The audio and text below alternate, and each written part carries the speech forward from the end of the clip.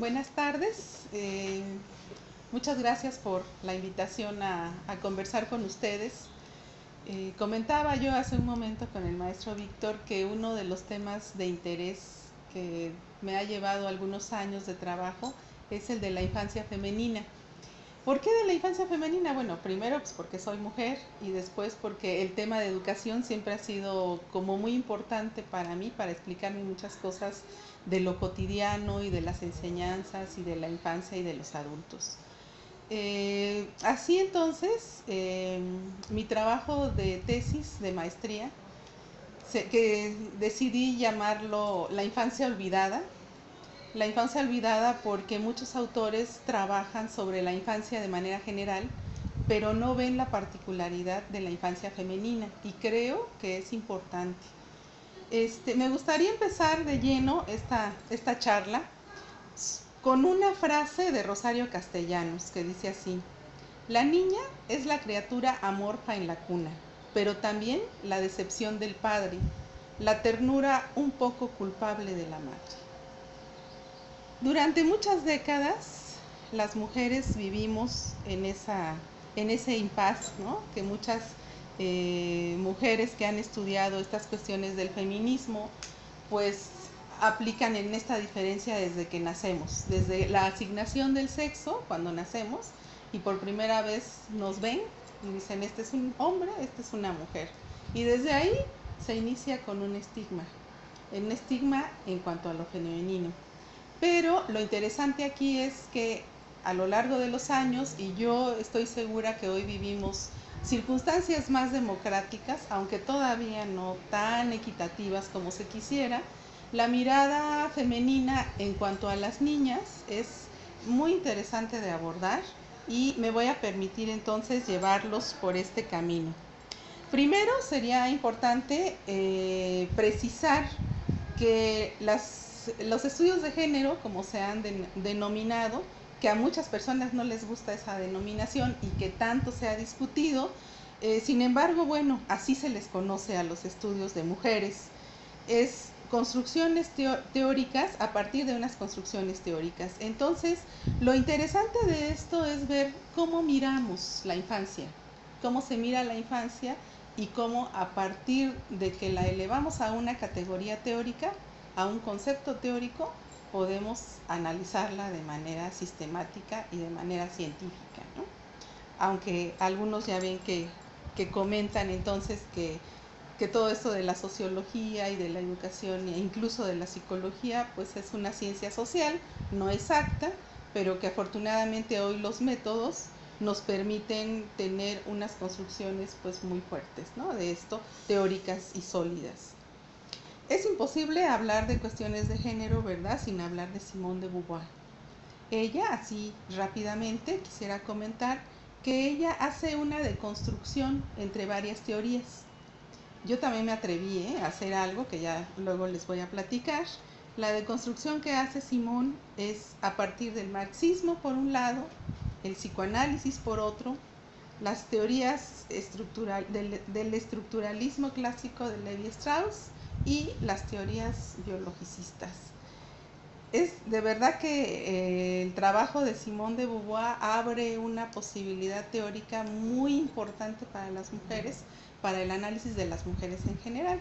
Sin embargo, como ya comentaba yo, lo interesante es que nosotras, como mujeres, empecemos a mirar esta parte desde la infancia. Tenemos ahora algunas otras autoras que también se han encargado del estudio de las mujeres, sin embargo, este periodo de la infancia queda un poco restringido. Entonces yo planteo que cuando se pretende escribir sobre las mujeres, surgen diferentes problemas. Primero, los que se comparten con la construcción de conocimiento nuevo, porque es un conocimiento no existente. Luego, los que se plantean específicos sobre el tema, desde donde queramos abordarlo.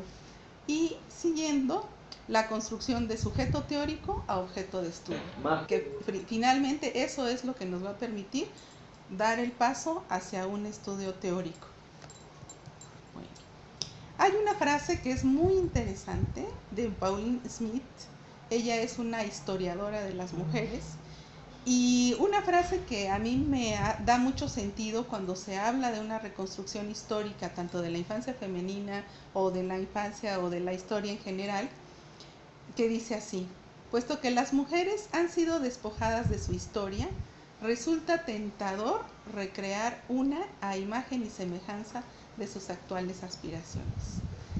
Esto por un lado es a veces difícil, porque cuando uno empieza a profundizar en la historia de las niñas a lo largo de la historia, en donde eran relegadas, en donde no tenían acceso a la educación, o cuando iniciaban la educación era pues solamente para labores del hogar o estaban preparadas para casarse, uno a la distancia, ¿verdad? En este siglo XXI, pues podríamos decir que era injusto, que no, la historia no ha sido justa, pero también tendremos que situarnos en ese momento, ¿no? O sea, así eran las circunstancias sociales, que como decía yo, afortunadamente hemos cambiado, pero bueno, la lucha en este sentido de los cambios sociales, pues continúan, ¿verdad?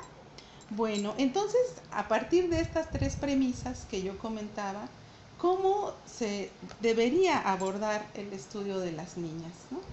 Bueno, primero tendríamos que decir que el reconocimiento de las niñas como un objeto de estudio que se reconstruye socialmente es indispensable para estudiarlas, ¿no? Entonces, específicamente niñas o infancia femenina, y después cuáles son las circunstancias actuales en las que se encuentra esta franja, ¿no? de estudio. Entonces, el estudio de las niñas se posibilita, digo yo, desde tres nociones básicas. La primera es desde las relaciones sociales de sexo, porque si bien es cierto que uno estudia fenómenos sociales, que las niñas en este caso ya elevadas a categoría de estudio, es entonces en relación al otro sexo, ¿no? No podemos decir, ay, pues estudiamos a las niñas solitas, porque pues sería un error, ¿no? Es metodológico incluso, ¿no? Entonces es de las relaciones sociales con los sexos, pero también reconocer la diferencia o disparidad entre los sexos, ¿no? ¿Qué es lo que nos hace diferentes del otro sexo? Y la tercera, pues obviamente desde la construcción del género, que afortunadamente ahora tenemos ya muchas construcciones de lo que es el género como metodología de estudio y que nos permite en un momento determinado hacer un análisis de la infancia femenina. Bueno, pero también es interesante en esta reconstrucción y en esta deconstrucción decir que la idea sobre infancia está vinculada a la dependencia, no solo de la infancia femenina, sino de la infancia en general, ¿no? En la Edad Media, por ejemplo, las niñas aristócratas eran encerradas en los gineseos, donde permanece ocupada en trabajos femeninos o se le coloca en algún monasterio. Si se le ha casado mucho antes de la pubertad, a menudo es enviada a la familia de su novio en espera de la consolidación de la unión. Estamos hablando de la Edad Media. Sin embargo, yo me atrevería a decir que todavía en muchas comunidades se sigue este mismo patrón. Otro punto importante también es reflexionar que todos los espíritus exigentes, ¿verdad?, que habían reflexionado sobre el imperativo de conócete a ti mismo, socrático, ¿verdad?, no pensaban ni hablaban de las mujeres, ¿no? O sea, era exclusivamente para los hombres. Y eso, bueno, también retardó mucho, ¿no?, esta interacción de las mujeres en la sociedad. Se interpreta también que la mejor garantía de seguridad para una mujer era un pariente o, cuando éste faltaba, un empleo honesto, seguro y organizado, como el de criada doméstica. Entonces, ese ha sido como en la historia el pensar, ¿verdad?, sobre la infancia. Me atrevo yo en este trabajo, después de hacer esta deconstrucción de las teorías, el proponer un término al que yo le llamé feminfancia. Es decir, la feminfancia nos permite el estudio femenino de la infancia o de las mujeres. ¿Y qué tiene de particular este término que yo propongo? Pues que es distinta a la niñez en general, que no aleja a los niños tampoco, ya lo decía yo hace un momento, que permite la particularidad de nociones específicas de las niñas en cuanto a la identificación psicológica, a los roles sociales determinados, principalmente, ¿verdad? Y también, bueno, esto nos permite entonces hacer un estudio histórico desde las instituciones sociales, desde los derechos jurídicos y también desde la cotidianidad, ¿no? O lo que hoy se entiende por vida cotidiana, que también es toda una metodología al abordar este tema. Bueno, el sentido de tener un núcleo de identidad de género también, o sea, esta parte de la identidad como femenino masculino, obviamente estamos hablando de lo femenino, perdón, proviene de varios puntos que voy a comentar. La percepción despertada naturalmente por la anatomía y fisiología de los órganos genitales, ¿no? Cuando nacemos, ya comentaba yo desde hace un momento, pues somos asignados como mujeres o como hombres, ¿verdad?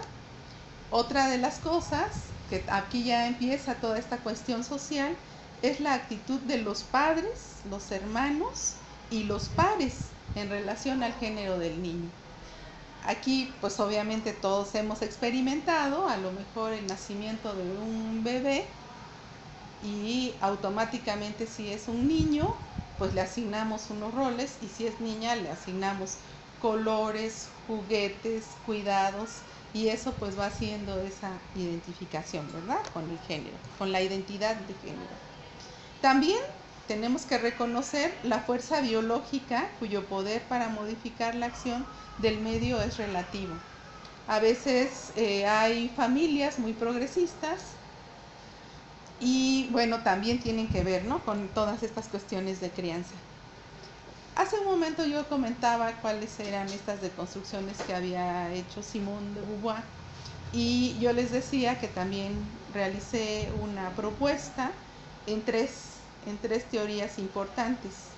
La teoría de Karen Horney del monismo fálico, la teoría de la feminidad primaria también de Karen Horney,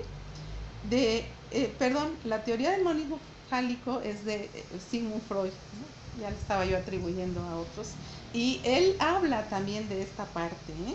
La teoría de la feminidad primaria de Karen Horney y la identidad de género de Stoller, que también tiene unos estudios muy interesantes sobre la identificación de género y la identidad de género. Pero fíjense que en esta búsqueda que yo hice durante algunos años y que bueno me permitió dar una mirada sobre la historia, principalmente de la infancia, encontré varias cosas que eran como esperadas en las comunidades antiguas, ¿no? Por ejemplo, aquí en México, ¿no? Bueno, en el antiguo México, bueno, todavía no era México, sino cuando estaban los aztecas, los náhuatl y todas esas comunidades, hacían ellos algo y decía, a la recién nacida se le ofrecía una lanzadera, huesitos pequeños y un cofrecito y a la vez se le decía, habéis de estar dentro de la casa como el fuego del hogar. Inclusive el cordón umbilical, a diferencia del niño, debía ser enterrado en el campo de batalla y el de la niña en el hogar. Entonces vamos viendo que estas cuestiones sociales han sido casi, ¿no?, surgido con las organizaciones sociales primarias y que desde ahí ha habido una clara diferenciación entre lo que se espera de una niña y lo que se espera de un niño.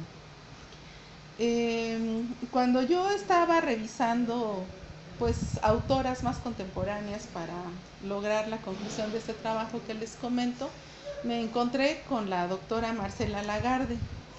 Ella es una escritora mexicana, antropóloga, ¿no? Es su primer origen que se acerca hacia esto y que empieza a escribir sobre las mujeres, obviamente sobre las mujeres ya, ¿no?, mayores, no sobre las niñas, y tiene un trabajo muy interesante, que fue su tesis doctoral y que ella también me ayudó mucho para reconstruir muchas cosas.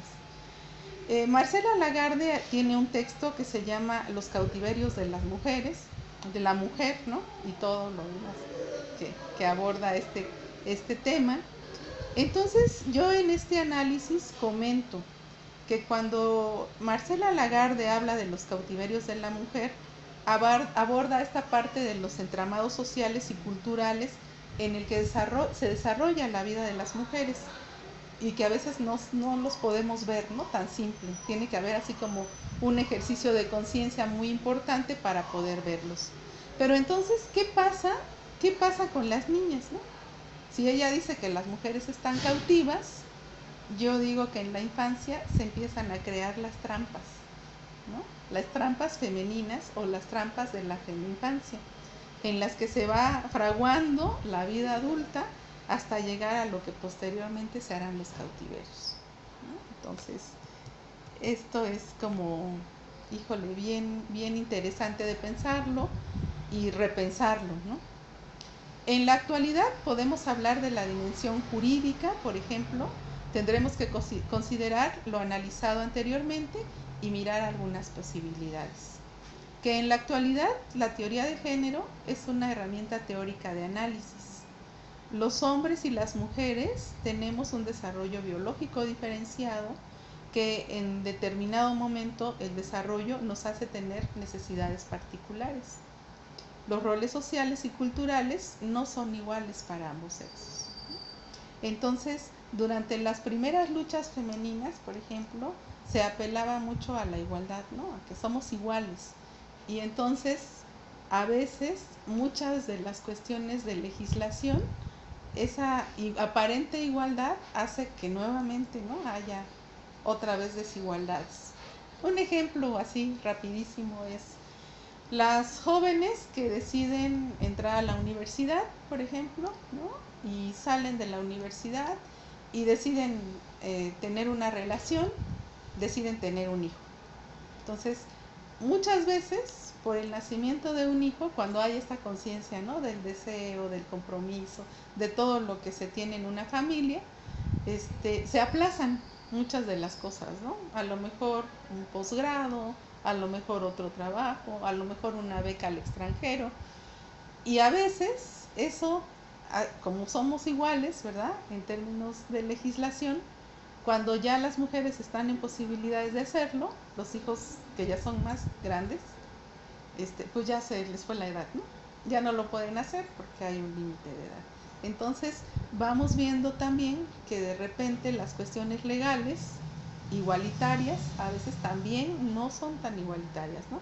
Tendríamos más bien, como ya se ha mencionado mucho en estos temas, que hablar de equidad. Durante este trabajo que yo les comento, en esas épocas, todos sabemos del movimiento zapatista de liberación, ¿no? Quizá todos estuvimos muy pendientes de cuando el ejército zapatista sale de Chiapas y pasa por muchos estados y llega al Congreso de la Unión. Ese año, del 2001, la comandante Esther sube a la tribuna y hace una carta, ¿no? Estamos hablando de una carta abierta de lo que ella escribe y de lo que quiere, ¿no?, transmitir. Y me voy a permitir leérselas, un pedazo, un fragmento, porque vamos viendo cómo en 2001 todavía encontramos prácticas, ¿no?, muy discriminatorias. Bueno, Congreso de la Unión, la comandante Esther, 28 de marzo del 2001. Como somos niñas, piensan que nosotras no valemos, no sabemos pensar ni trabajar, cómo vivir nuestra vida. Por eso muchas de las mujeres somos analfabetas, porque no tuvimos la oportunidad de ir a la escuela. Ya cuando estamos un poco grande, nuestros padres nos obligan a casar a la fuerza. No importa si no queremos, no nos toman consentimiento. Abusan de nuestra decisión porque somos mujeres. Abusan, nosotras como mujeres nos golpean, nos maltratan por nuestros propios esposos o familiares, no podemos decir nada porque nos dicen que no tenemos derecho a defendernos.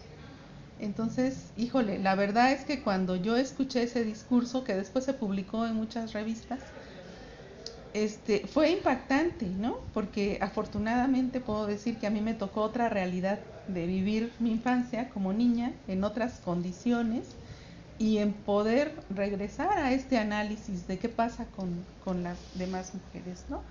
Entonces, yo hice, a partir de esta experiencia que yo escucho con ella, tuve la oportunidad de trabajar unos meses en la Universidad Bilingüe de Oaxaca.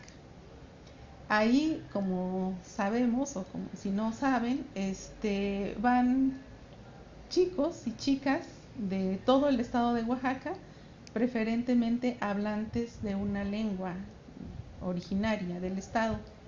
Obviamente esto implica, ¿verdad?, que su lengua de origen sea no el español y obviamente su mirada tampoco sea, ¿no?, tan occidental, si me permiten la palabra. Entonces hice varias entrevistas, les dejé que escribieran textos libres a partir de cómo concebían a una mujer, ¿no? Y unas de las más impactantes se las voy a leer, ¿no? Estamos hablando, fíjense, del 2012, no en la Edad Media. Alguien comenta: en las comunidades todavía se concibe a la mujer como inferior al hombre, como alguien que en su futuro será solamente una ama de casa y se deberá al esposo. Podría decirse que los padres prefieren a un hijo antes que a una hija. Un chico, ¿verdad?, estudiante en la normal, ¿verdad?, que va a formar a otros jóvenes. Y créanme que fue así como el escrito representativo, pero casi todos van por ahí. O sea, que la mujer, pues no importa que no estudie, que las mujeres no tienen por qué, eso me causaba así como extrañeza, jugar al básquetbol a la hora del recreo. Incluso por ahí alguien comentaba que los chicos sí tenían posibilidades de llevar a la escuela mochilas y que las niñas llevan en su rebozo, ¿no?, sus cuadernos. Entonces, todo esto que va haciendo que nuestra cultura, o que la cultura, pues la veamos como no tan equitativa, ¿no? Bueno, para ir cerrando ya esto, me gustaría compartirles algunas cifras también poco alentadoras, ¿eh? Millones de niñas carecen de acceso a la educación básica. Son sometidas, como sabemos, ¿no?, a la mutilación genital en muchos países, y ni siquiera esto es así como, es legal, ¿no? Es lo terrible. También son sometidas al matrimonio prematuro, al tráfico y maltrato en el hogar, que en muchos países ni siquiera se considera un crimen. Las mujeres y las niñas componen un 70% de los pobres en el mundo. Las cerca de 1.000 millones de adultos analfabetas en el mundo son mujeres. Y las niñas que a menudo tienen que abandonar la escuela o quedarse en su hogar para atender las tareas domésticas y vigilar a sus hermanos menores, comprenden cerca de 2/3 partes de los 130 millones de niños que no asisten a la escuela. Entonces, creo que es importante reconciliar la postura de lo diferente, porque solamente cuando entendamos esas diferencias vamos a poder actuar. Entonces, yo creo que es muy necesario reconocer este análisis de la feminfancia para poder, ¿no?, aportar cosas importantes, no solo en nuestro país, sino en muchos países del mundo, porque esto, créanme, que no es exclusivo de Latinoamérica, ¿no? Y me voy a permitir cerrar esta presentación con un verso de Octavio Paz, que cuando yo lo leí dije, también los poetas tienen mucho que decir al respecto. No se discute con el destino, o cedemos a sus poderes de fascinación, o nos rebelamos. El reverso del destino es la conciencia, la libertad. Muchas gracias.